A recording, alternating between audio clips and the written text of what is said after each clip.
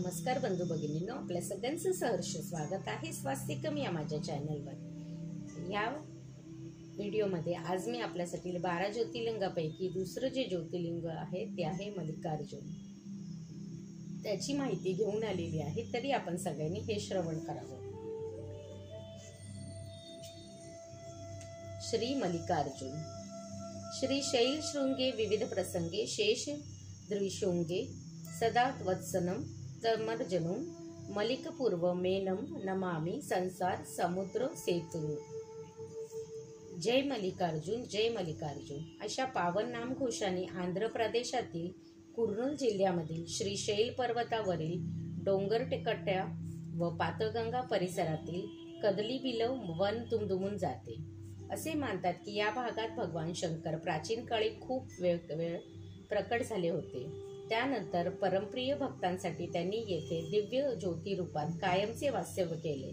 त्यामुळे या क्षेत्राला दक्षिण कैलास असेही म्हणतात। त्यासंबंधीची कथा पुढील आहे। शंकर पार्वतीचा पुत्र कार्तिकेय एकदा मातेवर रुसून दूर निघून गेला। त्याचा शोध घेत पार्वती खूप फिरली। याच कदली वनात दोघांची भेट झाली। तिने कार्तिकेयाची समजूत घातली व तिला या वनाचा परिसर व लोक फार आवडले। ती येथेच रमली।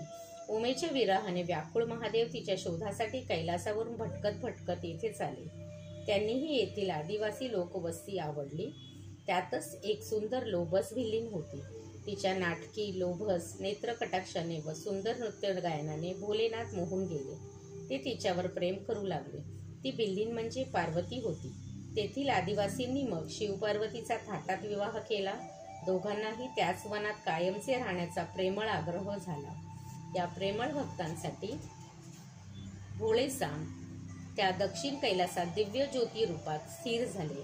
अजूनही तेथील आदिवासी चेंचू जमात भगवान शंकराला चेंचू मलिहा म्हणजे आपला जावई मानतात। म्हणजेच या ज्योतिर्लिंगाचे महोत्सवात या चेंचू जमातीचा मोठा मान असतो।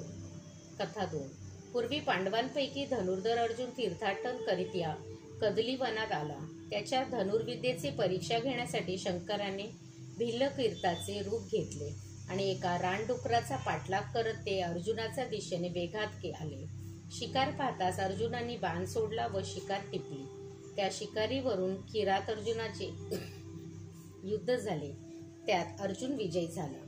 प्रसन्न होऊन भगवान शंकर प्रकट झाले व त्यांनी अर्जुनाला पाशुपत अस्त्र भेट दिले। भगवान त्या ठिकाणी गुप्त झाले। तेथे एक दिव्य ज्योतिर्लिंग उत्पन्न झाले। अर्जुनाने या ज्योतिर्लिंगाची तेथे स्थापना करून उपासना आराधना केली। यावरून त्या ज्योतिर्लिंगाचा मल्लिकार्जुन असे नाव पडले। तिसरी कथा चंद्रावती नावाची एक राजकन्या तपस्विनी बनून याच कदली वनात तपसाधना करत होती। असाच तिने एकदा चमत्कार पाहिला। रोज एक कपिला गाय एका बैलाच्या झाडाखाली येऊन उभी राहायची आणि आपल्या चारही संडातून दुधाच्या धारा तेथील जमिनीवर सोडायची। उत्सुकतेने चंद्रावतीने त्या जागेवर खणून पाहिले तर काय आश्चर्य, त्या ठिकाणी एक दिव्य स्वयंभू शिवलिंग दिसले। ते सूर्यासारखे तेजस्वी असून त्यातून अग्निज्वाला निघत होत्या। पुढे चंद्रावतीने त्या दिव्य ज्योतिर्लिंगाची भक्तिभावाने आराधना केली। चंद्रावती नित्यनेमाने मोगरा जाई जुई या पांढऱ्या फुलांनीच या ज्योतिर्लिंगाची पूजा करत असत। त्या फुलांना मल्लिकार्जुनी असे म्हटले जाते। त्या शिवलिंगाला मल्लिकार्जुन हे नाव पडले। त्याच जागेवर चंद्रावतीने एक अतिभव्य शिवालय बांधले। भगवान शंकर तिला प्रसन्न झाले। मंदिराच्या कळसाचे दर्शन होताच पुण्यवान अशी चंद्रावती विमानाने कैलास पर्वतावर गेली। तिला मुक्ती मिळाली। त्या मंदिराच्या बांधकामात एका शिल्पपठ्यात तिची कथा कोरलेली आहे। सह्याद्रीच्या पश्चिम घाटामधून उंच महाबळेश्वर भागातून कडेकपारीमधून खळाळणारी कृष्णा नदी पूर्वेला उत्तराकडे श्री शैल मल्लिकार्जुन पर्वताच्या पायथ्याला पोहोचताच पाताळगंगेचे रूप धारण करते। वनराईंनी नटलेले या कदली बिल्व वनात तिथे तिचे पात्र विशाल बनते।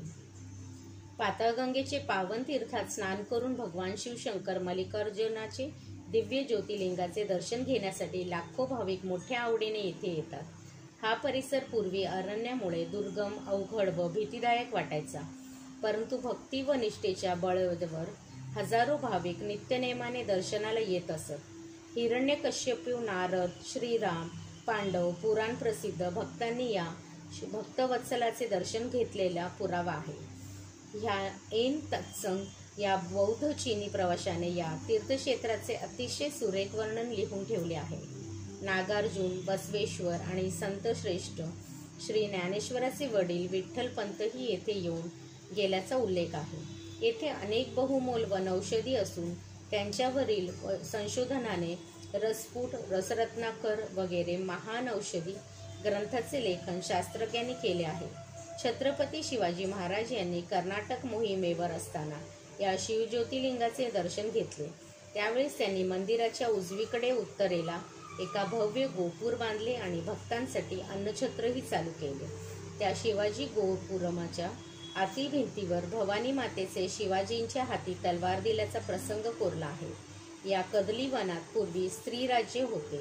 शिवभक्त मच्छिंद्रनाथ काही काळ येथे रमले, पण गुरुनिष्ठ गोरक्षनाथांनी त्यांना या मोहापासून दूर नेले। प्रसिद्ध नाथपंथांची सुरुवात येथे झाली।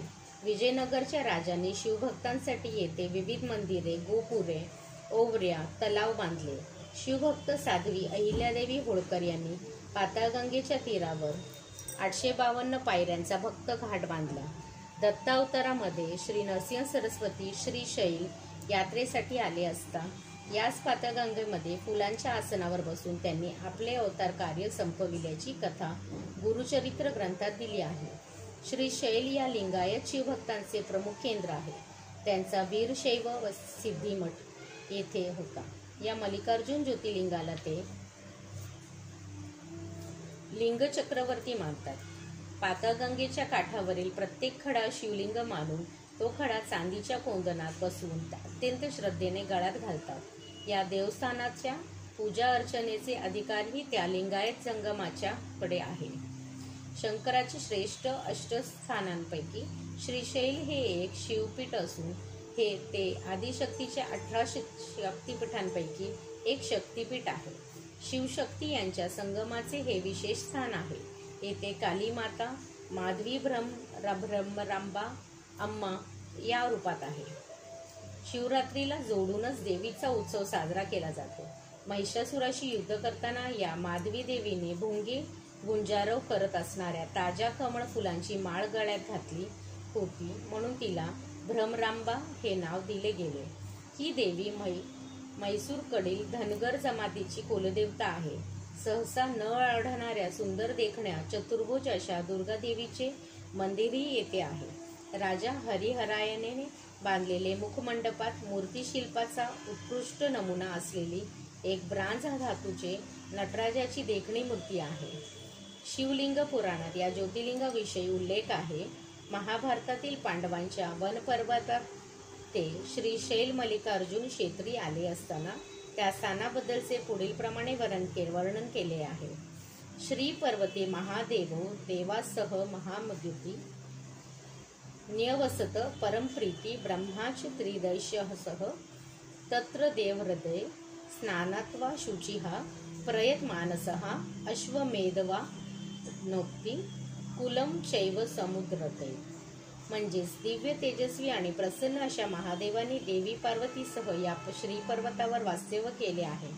जो येथील देव सरोवरात संयमी व पवित्र मनाने स्नान करेल त्याला अश्वमेध यज्ञ केल्याचे पुण्य मिळून त्याच्या संपूर्ण कुळाचा उद्धार होईल। तहान लागलेल्या भीमाने जमिनीवर गदा मारताच असंख्य पाण्याचा झरा उत्पन्न झाला। या अमृताच्या चवीच्या झऱ्याचे नाव भीम तोळा असे आहे। या श्रीशैल मल्लिकार्जुन नावाच्या महान ज्योतिर्लिंगाची महिमा सांगताना असे म्हणतात की श्रीशैल शिखरम दृष्ट्वा पुनर्जन्मम न विदते। श्री शिवशंभू पर्णमस्तु। शुभम भवतु शुभम भवतु शुभम भवतु। ओम नमः शिवाय। ओम नमः शिवाय। ओम नमः शिवाय।